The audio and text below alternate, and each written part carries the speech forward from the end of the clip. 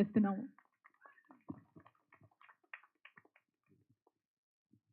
అందరికీ నమస్కారం.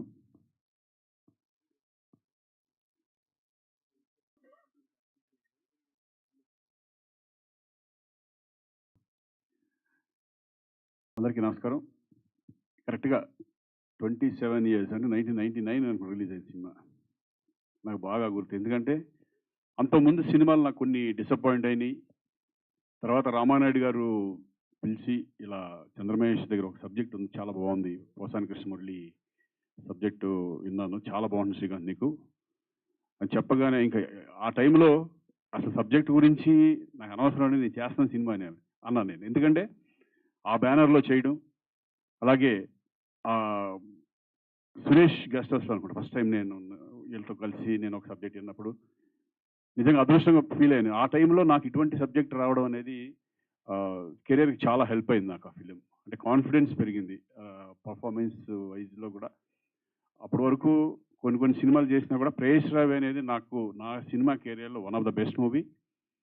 చాలా సినిమాల్లో ఇదొక మైలురాయిగా మెలిసిపోతుంది. ఎందుకంటే ఇప్పుడు కూడా టీవీలో వస్తా ఉంటే చాలామంది ఫోన్లు చేసి మేము లాస్ట్ క్లైమాక్స్ చాలా ఫీల్ అయ్యాము, కళ్ళం నీళ్ళు వచ్చినాయి అని చెప్పడం. దానికి ఆర్టిస్టులు, ఆ సినిమాలో నటించిన ఆర్టిస్టులు ఎస్పెషలీ పృథ్వీ వండర్ఫుల్. ఎందుకంటే చాలా మంచి ఆర్టిస్ట్ ఆయన.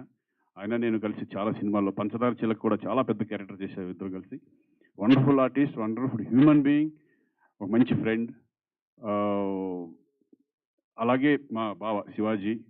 నిజంగా ఆ రోజు రామానాయుడు గారు గనక శివాజీరాజు వద్దంటే చాలా మిస్ అయిపోయేవాళ్ళం ఆ సినిమాకి. ఎందుకంటే అటువంటి ఒక ఒక ఊపిరి, ఆ లాస్ట్ క్లైమాక్స్ చేసిన పర్ఫార్మెన్స్ కానీ, ఆ గాజులు పడే సీన్స్ దగ్గర నుంచి సినిమాని ఒక ఎలివేట్ చేసే క్యారెక్టర్స్, ఓన్లీ హీరో హీరోయిన్లే కాదు, ఒక సపోర్ట్ క్యారెక్టర్ కూడా ఎలివేట్ చేసిన ఆ సీన్స్ పండుతాయి. అటువంటి దాంట్లో శివాజీ ఎక్స్ట్రాడినరీ పర్ఫార్మెన్స్.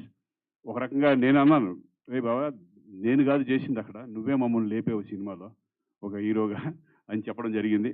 వండర్ఫుల్, ఒక మంచి ఆర్టిస్టులు దాంట్లో పడడం. అలాగే మ్యూజిక్ శ్రీలేఖ గారు.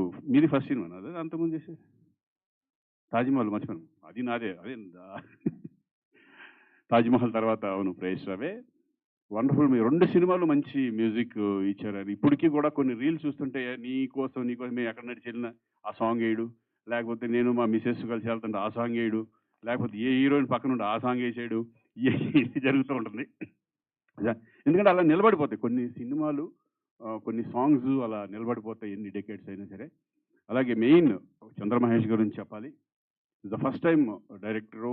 ఆ రోజు 2 రోజులు చూడగానే నాకు అర్థమైపోయింది. టెక్నికల్‌గా ఈజ్ వెరీ స్ట్రాంగ్. వెరీ అతను ఏమనుకున్నాడో అది చేయడం అనేది చాలా ఇంపార్టెంట్. ఎందుకంటే ఇక్కడ పెద్ద పెద్ద ఆర్టిస్టులు ఉన్నారు. అతను కొత్త డైరెక్టరు. ఆ భయం లేకుండా తను అనుకున్నట్టు చేయగలిగాడు ఆ సినిమా. అందుకే ఈరోజు ఆ రిజల్ట్ అంత బాగా వచ్చింది. అప్పుడే అనుకునేవాళ్ళం చాలా పెద్ద డైరెక్టర్ అవుతారు చంద్రమహేష్ డెఫినెట్‌గా అనుకుని. డెఫినెట్‌గా మంచి డైరెక్టర్, పెద్ద డైరెక్టరే మీరు. ఎందుకంటే మహేష్ మధ్యలో కొన్ని కొన్ని గ్యాప్ వచ్చినా సరే ఈ సినిమా సరే, ఇక 'ప్రేయస్ రవి' అనేది గతం. ఇప్పుడు మళ్ళీ నీ కెరియర్ మంచి ఇదిలో సెకండ్ ఇన్నింగ్ స్టార్ట్ అవ్వాలని నేను మనస్ఫూర్తిగా కోరుకుంటున్నాను. ఈ పిఠాపురంలో అలా మొదలైంది నాకు కొంచెం మొన్న వచ్చినప్పుడు నాకు కొంచెం లైన్‌గా చెప్పారు. ఎలా ఉంటుంది, ఎలా ఉండబోతుంది అనేది. అంటే ఒక పేరెంట్స్‌కి, ఒక పిల్లలకి మధ్య ఎటువంటి ఒక స్ట్రిక్ట్‌గా ఉన్న ఫాదరు, అలాగే విచ్చలవిడిగా అంటే డబ్బు ఖర్చు పెట్టేసి పిల్లలకి ఎలా అట్లా ఒక ఒక 3 ఫ్యామిలీస్‌ని, ఒక పిల్లలు ఎలా ఉండకూడదు, ఎలా పెంచాలి, ఎలా పెంచకూడదు అనే కాన్సెప్ట్ తీసుకొని చేసింది. చాలా బాగా నచ్చిందది. ఎందుకంటే ఇప్పుడున్న జనరేషన్స్ చూడాల్సిన సినిమా. ఫాదర్ అండ్ మదర్ అదే పేరెంట్స్ కూడా ఈ సినిమా చూడాలి. ఎందుకంటే పిల్లలకి ఎలా ఇష్టమైతే వాళ్ళు ఏ దాంట్లో ఇష్టమైతే దాంట్లో పంపించాలి అనే కాన్సెప్ట్ అనేది చాలా బాగుంటుంది.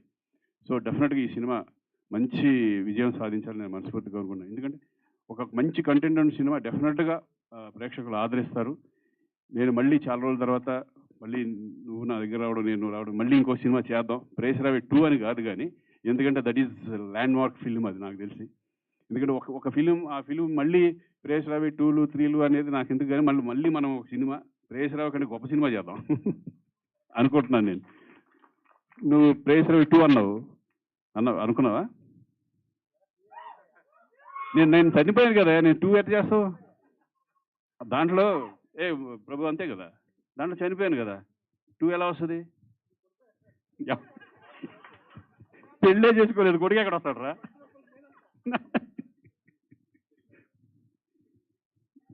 ఇంకో కథ ఎందుకుని ప్రేయస్రావి 2 అని పెడదాం అట్లాగా. అర్థం లేదు. సెకండ్ అంటే హౌ అలా కాదు సార్, ప్రేయస్ రవేలో ఏంటంటే మిమ్మల్ని డబ్బు సంపాదించుకుని రమ్మని చెప్తాడు ఫాదరు, హీరోయిన్ ఫాదర్. మీరు వెళ్ళే చిలుపులో ఆయన పెళ్లి చేస్తాడు. పెళ్లి చేసిన తర్వాత రకరకాల ట్విస్టులు అండి. ఇక్కడి నుంచి వేరే ఇంకో కోణంలో అయితే ఎలా ఉంటుంది అని అలా స్టార్ట్ అవుతుంది సార్. మనం రేపు కూర్చొని అదే.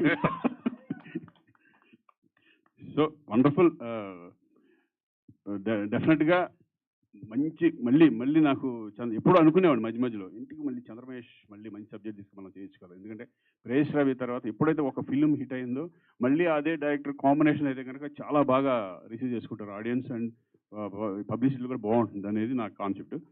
మళ్ళీ డెఫినెట్గా చంద్రమహేష్తో నాకు అంటే ఇప్పుడున్న మా దీనికి మంచి కంటెంట్ ఫిల్మ్ మంచి కాన్సెప్ట్తో చేస్తే బాగుంటుందని నాకు అనిపిస్తుంది. డెఫినెట్గా నేను చేస్తాను, మనం చేద్దాం. ఇది కాక చెప్పురా. I want to make a special congratulations to you for your son got the jury award as the best actor.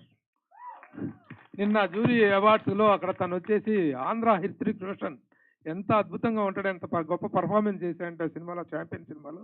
ఆ సినిమాకి గాను తనకు జ్యూరీ అవార్డు వచ్చింది. ఈయన మాత్రం హీరోగా ఇలాగ కంటిన్యూ అవుతూనే ఉన్నాడు. బట్ కొడుకు కూడా హీరోగా టర్న్ అవ్వటం అనేటువంటిది వండర్ఫుల్ చేశారు. తను ఎంత అద్భుతమైన కెరీర్ కొనసాగించాడో 30 సంవత్సరాలుగా. మీ అందరికీ ఒక విషయం చెబుతున్నాం, మీకు మన మహానటులు రామారావు గారు, చిరంజీవి గారు, కృష్ణ గారు వీళ్ళ ఆదర్శం కానవసరం లేదు. మీ జనరేషన్కి చాలా దగ్గరగా ఉన్నటువంటి హీరో. డిసిప్లిన్ అంటే ఏంటి, పద్ధతి అంటే ఏంటి, సినిమా అంటే ఏంటి, రెస్పెక్ట్, వర్క్ పట్ల రెస్పెక్ట్ ఏంటి అనేటువంటిది you can learn from him, you can take it. అలాంటి హీరో పరంగా మీ అబ్బాయి పరంగా కంగ్రాచులేట్ చేద్దామని తీసుకున్నాం. థ్యాంక్ యూ ప్రభు. అలాగే మీరు కూడా ఇక్కడున్న అంత యంగ్స్టర్స్ చాలా అంటే ఇక్కడ కావాల్సింది అంటే డెడికేషన్ అనేది చాలా ఇంపార్టెంట్. ఇప్పుడు మనం ఇండస్ట్రీలో ఎలా ఉండాలి, మన నడవడిక ఏంటి, మన ఇదేంటి అనేది డెఫినెట్గా ప్రతిదీ కూడా అబ్జర్వేషన్ ఇప్పుడు ఎక్కువ ఉంటుంది, ఎందుకంటే ఇవన్నీ వచ్చినాయి కాబట్టి. సో డెడికేషన్, హార్డ్ వర్క్ అనేది చాలా ఇంపార్టెంట్. సక్సెస్ ఫెయిల్యూర్స్ వస్తూ ఉంటాయి, ఫెయిల్యూర్స్ వచ్చినప్పుడు బాధపడక్కర్లేదు. దాని సక్సెస్ గురించి వెయిట్ చేయడమే మెయిన్ ఇంపార్టెంట్. ఆ గట్స్ ఉండాలి, ఆ ధైర్యం ఉండాలి. సక్సెస్ ఆటోమేటిక్గా అదే వస్తుందని నా నమ్మకం. So I'm very happy. Thank you పిలిచినందుకు. మళ్ళీ ఈ పిఠాపురంలో అలా మొదలైన ఫిలిము మంచి సక్సెస్ అవ్వాలని మనస్ఫూర్తిగా కోరుకుంటున్నాను. All the best entire team and entire Q. All the best.